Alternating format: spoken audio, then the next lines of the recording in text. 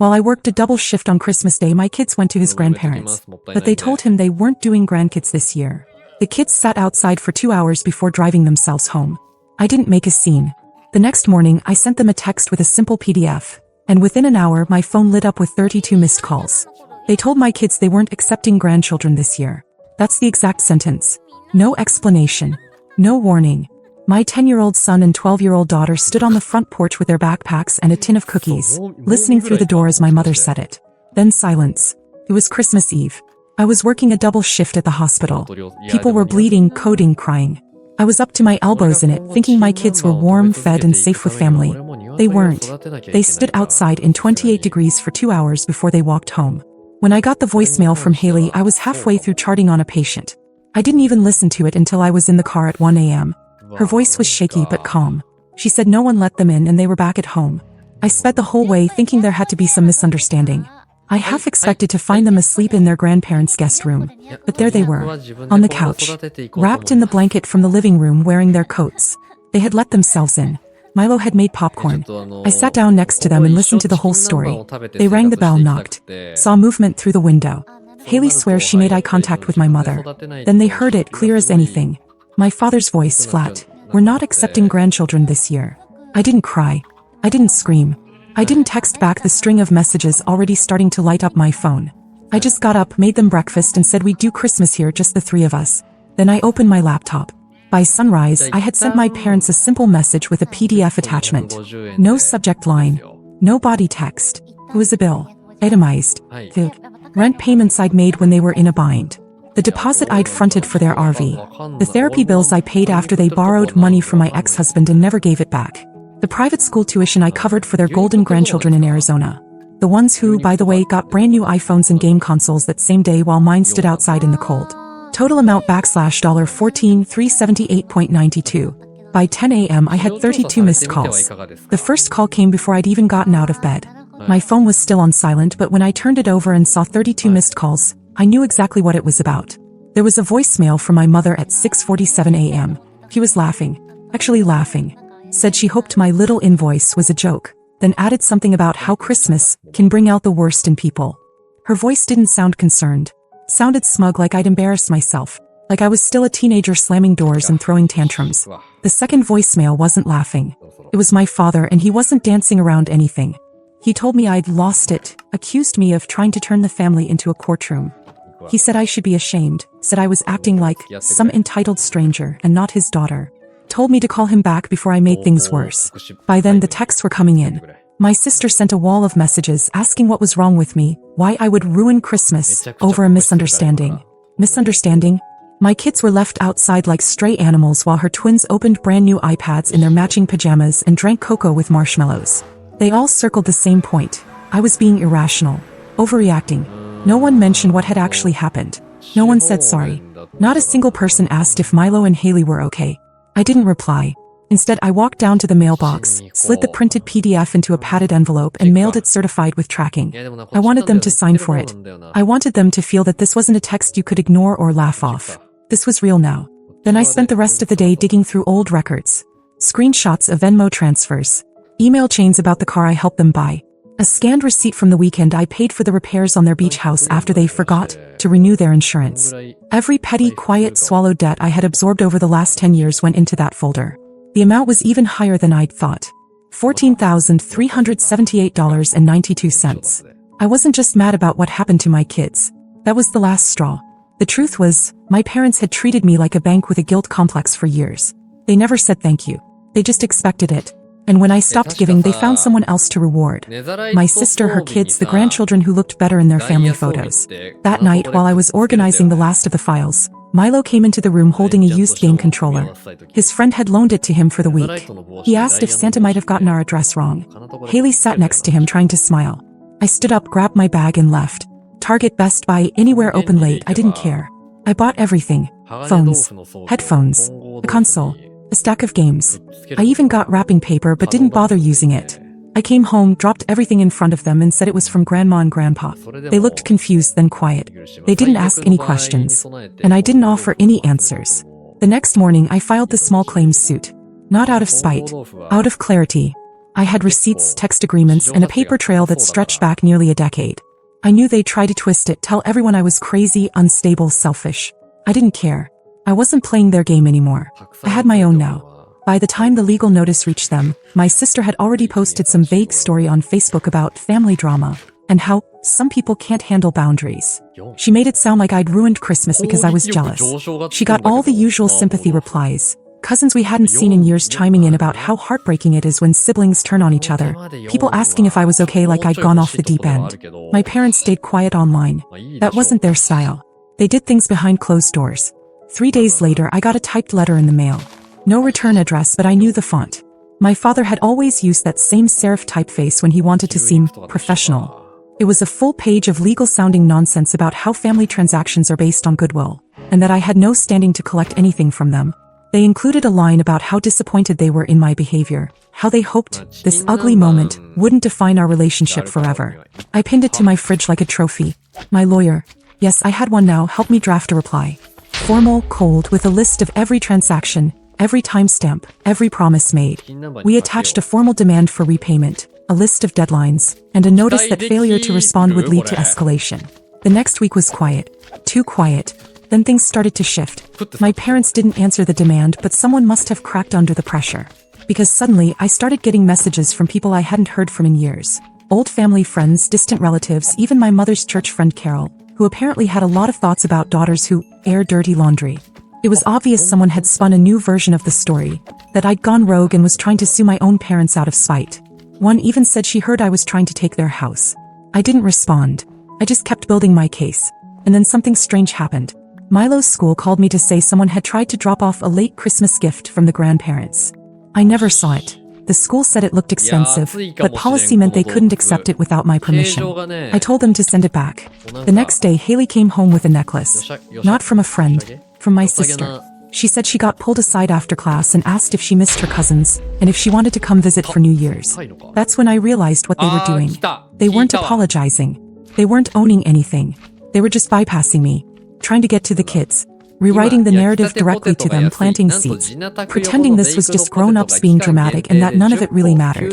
That was the moment I knew there was no going back. I sat Milo and Haley down that night and told them the truth.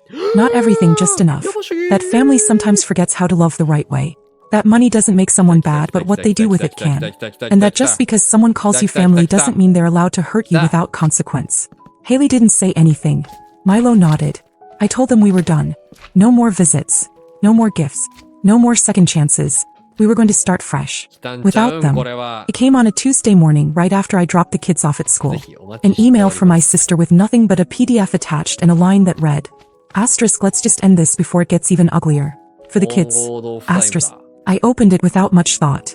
It was a spreadsheet. Their version of a settlement. $5,000. Labeled as a goodwill gesture, not repayment. No responsibility admitted, no acknowledgement of anything.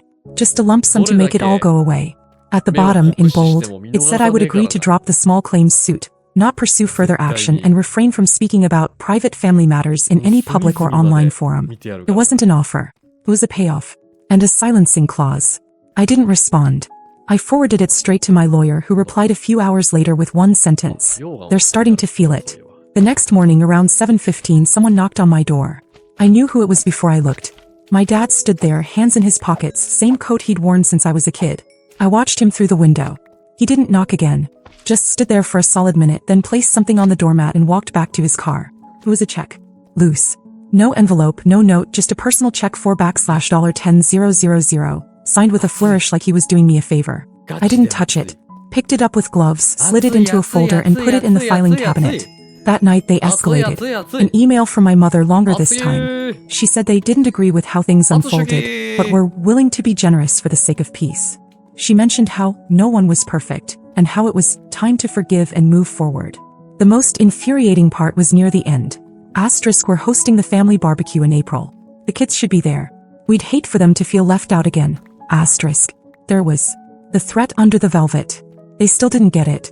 They still thought this was about hurt feelings or some family spat I would eventually cool off from.